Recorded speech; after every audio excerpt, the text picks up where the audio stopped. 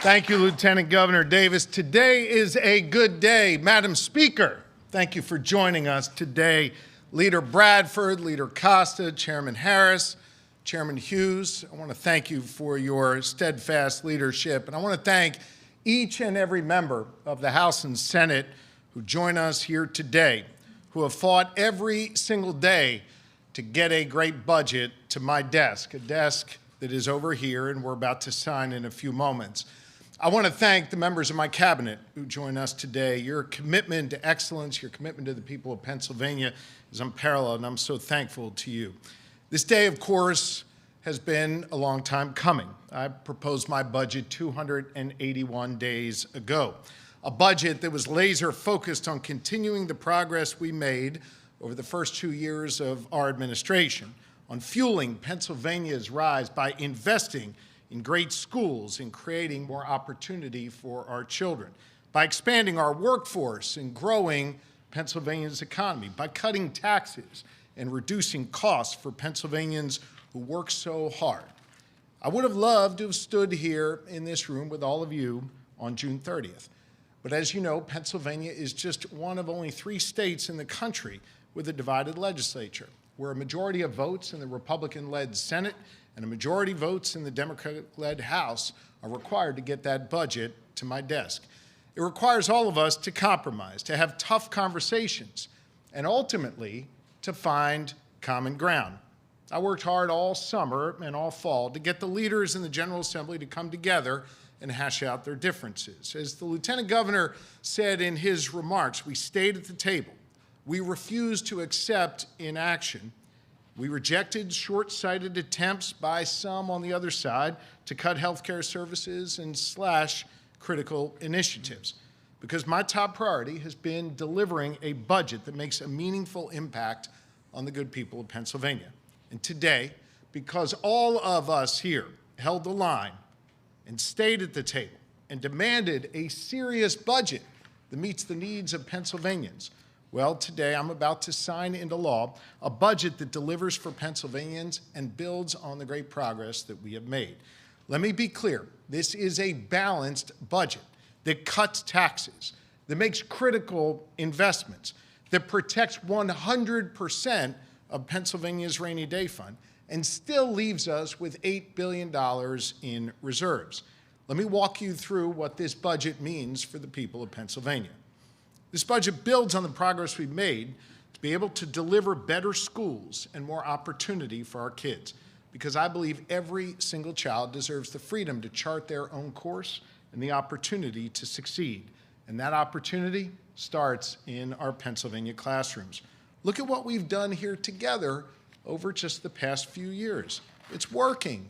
As a result of the investments we've made, 778 schools in Pennsylvania have been able to expand mental health services and hire counselors because we made it a priority to protect students' mental health.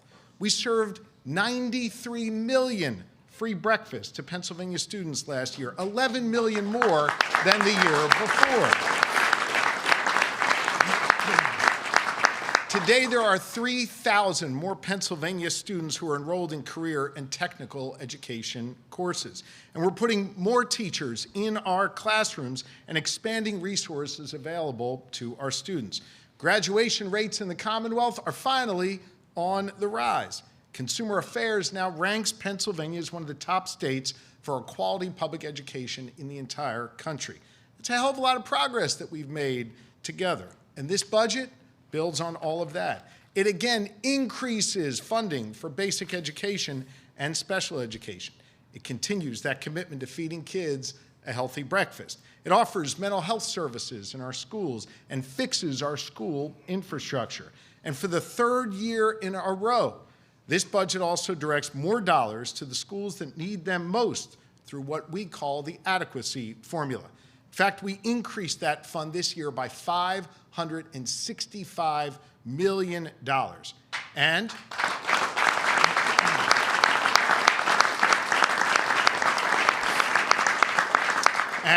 we finally reformed our cyber charter school system in Pennsylvania. Now listen, If a parent wants to send their child to a cyber school, that's fine. That's their prerogative. But we shouldn't be overfunding them at the expense of Pennsylvania's public schools. This historic reform that we all worked on together will save the Commonwealth $175 million that we can now plow back into our public schools. That's something that Harrisburg's been talking about for years. We got it done, Madam Speaker. At the same time, together, we are increasing funds for FIA grants so more Pennsylvania students can get financial aid and afford to go to college if that's the path they so choose. And for our youngest students, this budget invests in something known as structured literacy, which puts a renewed emphasis on teaching them to read well and training our teachers to teach them how to read effectively. It increases funding for pre-K and early intervention programs, allowing us to hire more pre-K teachers and supporting those kids who need just a little bit more help. This budget also builds on the great progress we've made on workforce development, starting by creating a new initiative to give at least $450 in recruitment or retention bonuses to child care workers all across the Commonwealth of Pennsylvania. You know, today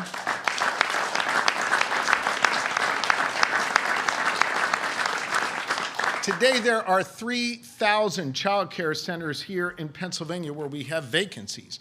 We're not just talking about that problem, we are doing something about it by getting more child care workers into our classrooms. I know the LG worked hard on this, and I appreciate his leadership.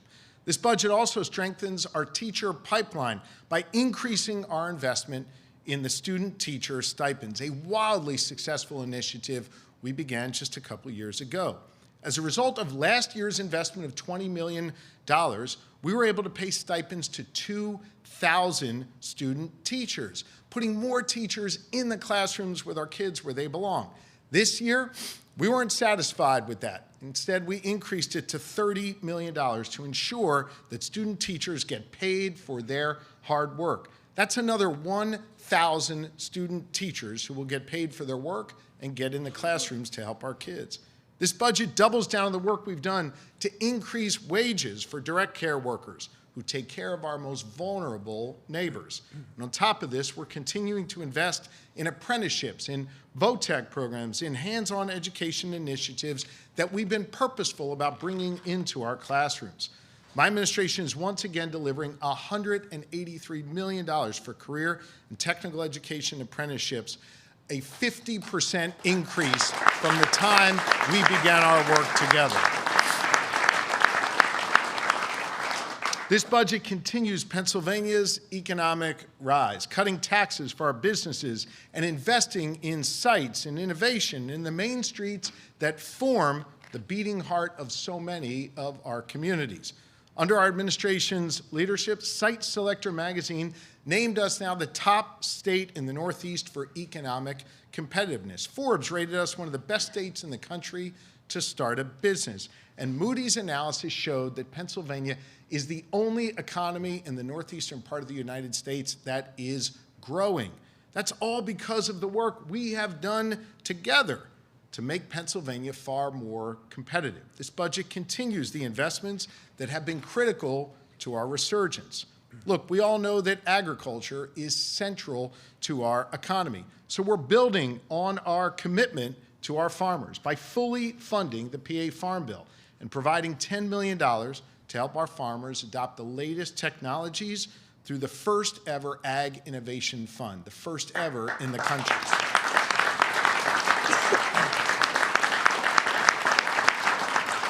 By fully funding the Pennsylvania Farm Bill and providing that money, we're looking out for our farmers. And listen, let's be real. At a time when the federal government is cutting funding for our farmers to feed people, we are strengthening the ties between our farmers and our food banks, providing $11 million more for food security and support for hungry Pennsylvanians.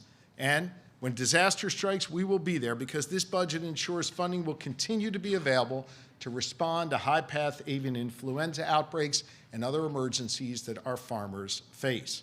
Tourism is also central to our economy. And next year, the eyes of the world are going to be on our Commonwealth as we celebrate 250 years of democracy in the place where it all began. We will celebrate together not only our democracy, but we'll celebrate the NFL draft, March Madness, the PGA Championship, the FIFA World Cup, MLB All-Star Game, and a whole lot more. Those events are going to be huge drivers of our economy and tourism and economic activity as millions of people will descend upon Pennsylvania. This budget invests $50 million to help make sure that we are prepared and safe next year as we welcome the world to the birthplace of democracy. And for those who aren't visiting, but those who make up the fabric of our communities, we're investing a whole lot more in our small businesses, in our main streets, and our historically disadvantaged businesses here in the Commonwealth of Pennsylvania. It continues our investment in site development, making another $175 million available to help companies create shovel-ready sites to build on and expand here in Pennsylvania. And it cuts taxes once again, lowering the corporate net income tax for the third consecutive year under our collective leadership. Back in 2022, when I kicked off my campaign for governor, our corporate net income tax was 9.99%. When I sign this budget, it will be reduced to 7.49%. We are cutting taxes for Pennsylvania businesses. And this budget continues the important work we've done to move at the speed of business. As Secretary Siger likes to say, we went from being one of the worst states in the country when it came to permitting. Now today we are a national model. We've done that with a money-back guarantee system for your permits if we don't issue them on time. And we've eliminated the backlog of all permits, which used to slow down the system. And my compliments especially to DEP for their hard work in that area. Now this budget builds on the success we've had. It expands DEP's speed program. It codifies part of our Pennsylvania Payback Initiative, and it creates a new public dashboard to be able to track your permits. This budget also delivers $16 million in new funding for more staffing at DEP so we can move even faster and at the same time protect Pennsylvanians' constitutional right to clean air and pure water.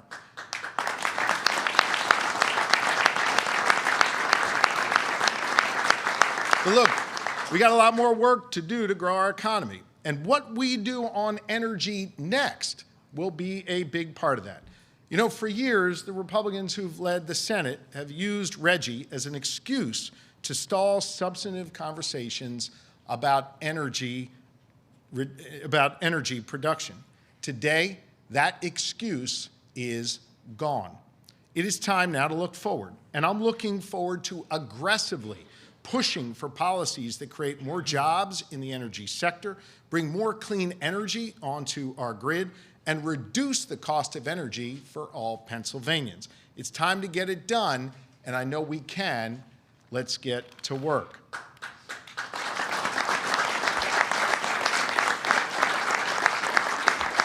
Look, cutting costs on energy is just one part of our agenda to reduce the burdens on Pennsylvania's families. Let's be real. Federal policies are driving up people's costs here in Pennsylvania. In my first 2 years, working together, we have reduced costs and cut taxes for Pennsylvania's seniors, families, and businesses. Together, we delivered the largest targeted tax cut for seniors in nearly 2 decades, resulting in 522,000 seniors across Pennsylvania getting more than $319 million in tax cuts just last year. Together, we worked and tripled the child care and dependent care tax credit. And this year, we are cutting taxes again, helping working folks,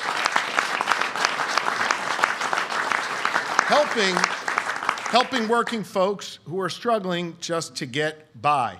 Under the budget that I am about to sign, we will create a new Working Pennsylvanians tax credit that will put about $193 million back in the pockets of hardworking folks trying to take care of themselves and their families for next year.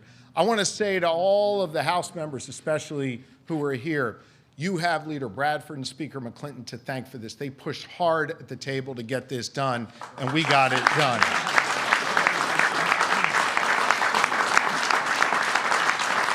And listen, It was a collective effort, but here's the thing. Folks have been talking about this for years and years and years in this building, but we got it done. This tax credit that, again, goes to people who are working and struggling to get by. It complements an existing federal earned income tax credit. Let me break this down for you and explain how it works. If you're a single mom with 3 kids who makes about $60,000 a year, you could get up to $805 back in your state tax break next year. And 940,000 Pennsylvanians will now qualify for this new tax cut, putting money back in people's pockets, particularly people who are working and trying to get by. This is a big, big deal.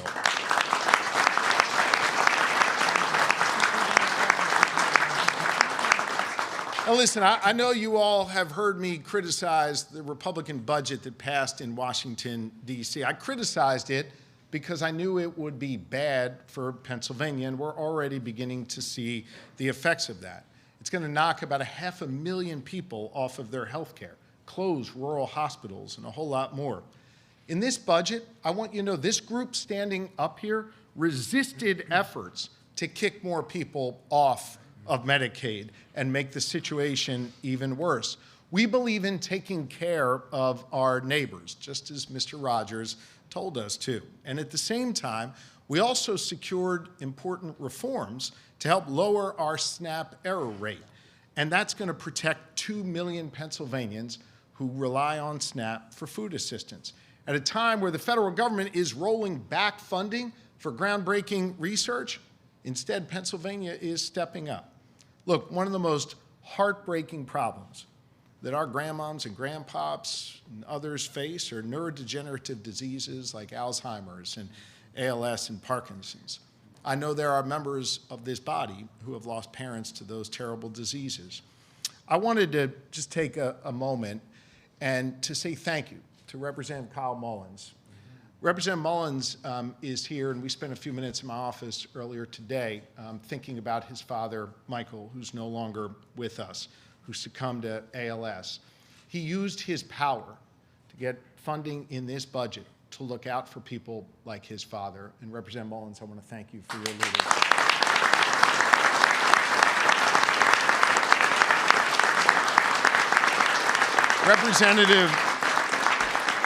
Representative Mullins and Representative Cutler, who lost both of his parents to ALS, fought to make sure that this budget includes $5 million in research grants for research institutions studying these neurodegenerative diseases.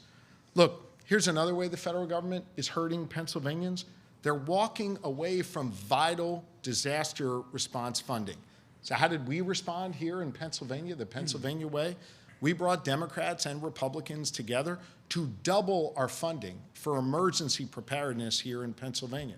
I know from my visits with some of you to Tioga and Bucks and Somerset and Berks counties and so many communities across this Commonwealth who have been hit by disaster, I know you understand how sorely needed that funding is. And I want to thank you for stepping up for our fellow Pennsylvanians. I know we all agree that all Pennsylvanians deserve to both be safe and feel safe in their communities. That's why I made a commitment when I was running for governor that we would fund 2,000 more police officers across this Commonwealth. Now with this budget I'm about to sign, between municipal police and state troopers, we have secured the funding to put nearly 2,000 more police officers on the beat in our communities. But we also understand that preventing violence in our communities requires a two-pronged approach. It requires hiring law enforcement, and it also requires, and we've seen this under Lieutenant Governor Davis's leadership, to make a point of investing in community-based violence prevention programs, sports programs, after-school activities, church groups, mentorship programs, apprenticeship and workforce training opportunities, and more. And consider this, what we're doing is working. As a result of these two-pronged investments, violent crime across Pennsylvania is down 12%, and fatal gun violence is down 42% across our Commonwealth. And listen, if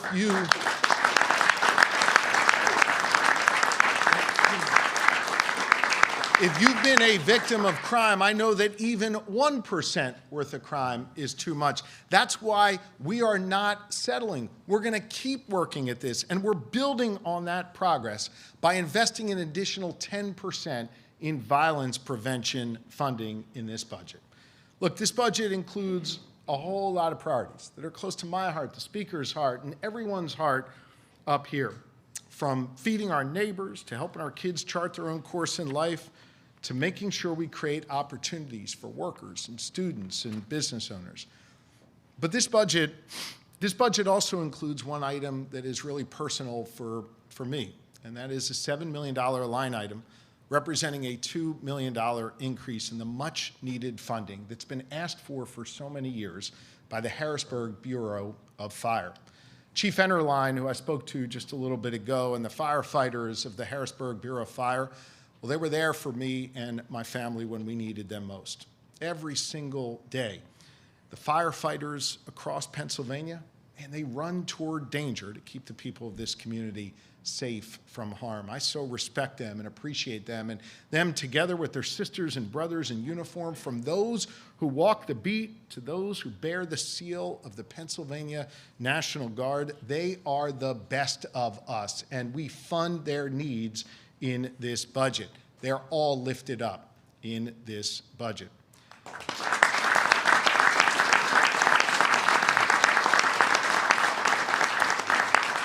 Budget isn't just a bunch of numbers on a spreadsheet. It is a statement of our collective priorities. It's about investing in the needs of people now and investing in their futures. It's about finding ways to incorporate the needs of people from all different walks of life in our Commonwealth, rural, urban, and suburban communities alike. It's about finding a way in this divided government to compromise without compromising your values. We managed to do just that. I said at the outset of this process that I knew one thing to be absolutely certain in the final budget deal, that to pass a budget, everyone was going to have to give a little and understand the perspectives of others a little bit better. We did that here. And as a result of our collective work, the good people of Pennsylvania are better off. So once again, we showed here in the Commonwealth of Pennsylvania that we know how to get stuff done. Thank you all very, very much.